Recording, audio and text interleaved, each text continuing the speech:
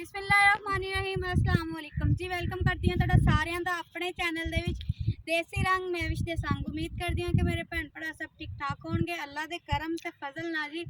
अलहमदुलिल्लाह मैं भी ठीक हाँ जी। अज तुहाडे वास्ते वीडियो लैके आई बड़ी ज़बरदस्त वीडियो। स्टार्ट करने तो पहले जी वेखण तो पहले मेरे चैनल से अगर तुसीं नवे हो तो मेरे चैनल को सबसक्राइब कर लो तो बैल आइकॉन की घंटी बजाना बिल्कुल भी ना भुल्लियो। ਉਹਦਾ ਇਹ ਫਾਇਦਾ ਹੋਏਗਾ ਕਿ ਜਦੋਂ ਮੈਂ ਵੀਡੀਓ ਅਪਲੋਡ ਕਰਾਂਗੀ ਤੁਹਾਡੇ ਤੱਕ ਪਹੁੰਚ ਜਾਏਗੀ ਜੀ। ਅੱਜ ਅਸੀਂ ਆਏ ਹਾਂ ਸਬਜ਼ੀ ਦੇ ਵਿੱਚ, ਮਾਸ਼ਾਅੱਲਾ ਬੜੀ ਸੋਹਣੀ ਲੱਗਣ ਡਈ ਆ ਤੇ ਬੜੀ ਵਧੀਆ ਲੱਗਣ ਡਈ ਆ ਤੇ ਉਹ ਤੋੜਦੇ ਆ ਨਾਲ ਤੁਹਾਡੇ ਨਾਲ ਸ਼ੇਅਰ ਕਰਦੇ ਆ।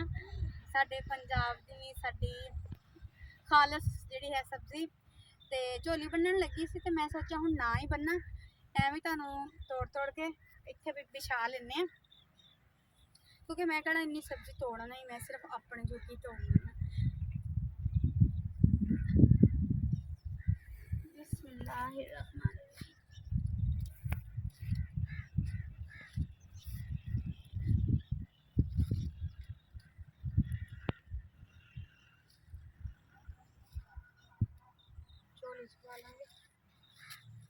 तेल च वड़ जाने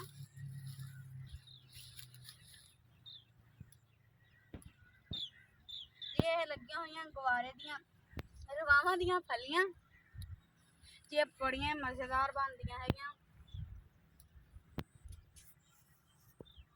आलू पा के पकाए जाते खालिस ते देसी सब्जी वा। साडे पिंडां वालियां नूं ये फायदा हुंदा वा कि ताज़ी ताज़ी सब्जी जिहड़ी आ वो तोड़ के ते ताज़ी ताज़ी खा लैंदे जी। ये माशाल्लाह तकरीबन 2 एकड़ लगे हुए हैं। ये सब भाई उन्होंने लगाई हुई है। ये बाजार दे विच तोड़ के सेल करते हैं तो परली साइड तो दूर जी औरतां तोड़न भी डईयां वा। इस टाइम शाम टाइम दी तोड़ाई हुंदी वा। आज ही आ फली पक्की हुई है।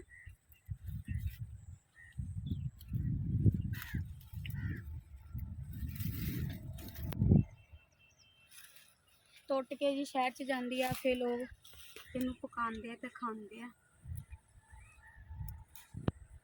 ये जी इंशाल्लाह तुहाडे नाल वीडियो भी शेयर करांगी ना। ये बड़ी मज़े की टेस्टी सब्जी बनती है।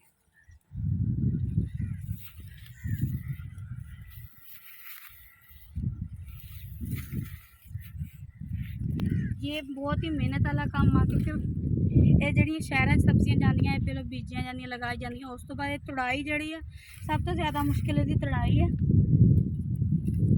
लभ के जी तोड़नियां पैंदियां कोई रह ना जाए। जी नरम नरम है ना ये छिलके समेत ही पकाई जाती बड़ी स्वादी बनती है, खाधी जाती बड़ी मजे। हाँ जी आ देखो तोड़िया हुई फलियां ये बाजार जाएंगे रशके दे पा के। हाँ जी आ देखो आ भी फलियां टुटियां पईयां हैगियां वा।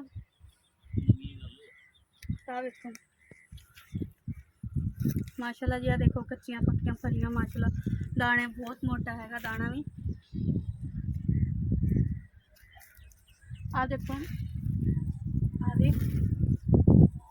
एवें नहीं टुट गई, बहुत ज़्यादा मेहनत ना टुटिया। मैं तोड़ियां तुहानूं सिर्फ विखाण वास्ते भी किद्दां तोड़ी दियां हैगियां वा। ते देखो जी माशाल्लाह एक एक करके तोड़नी पैंदी, बहुत ज़्यादा मेहनत का काम। ते आ जी नाल रशका खड़ा वा,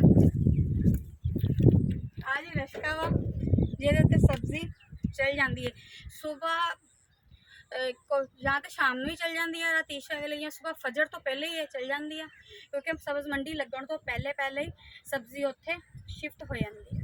हाँ जी माशाल्लाह फलियां नाल जी भरे पे है जिदा कि तुहानूं दस्सिया इहदी जिहड़ी तुड़ाई हैगी आ वो भी नहीं है, सस्ती थोड़ी नहीं है।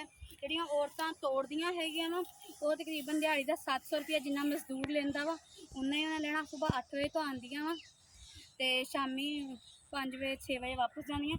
ते माशाल्लाह जी इन्हां जिहड़ा फूल आ बहुत ही ज़बरदस्त बहुत ही सोहने लगदे आ।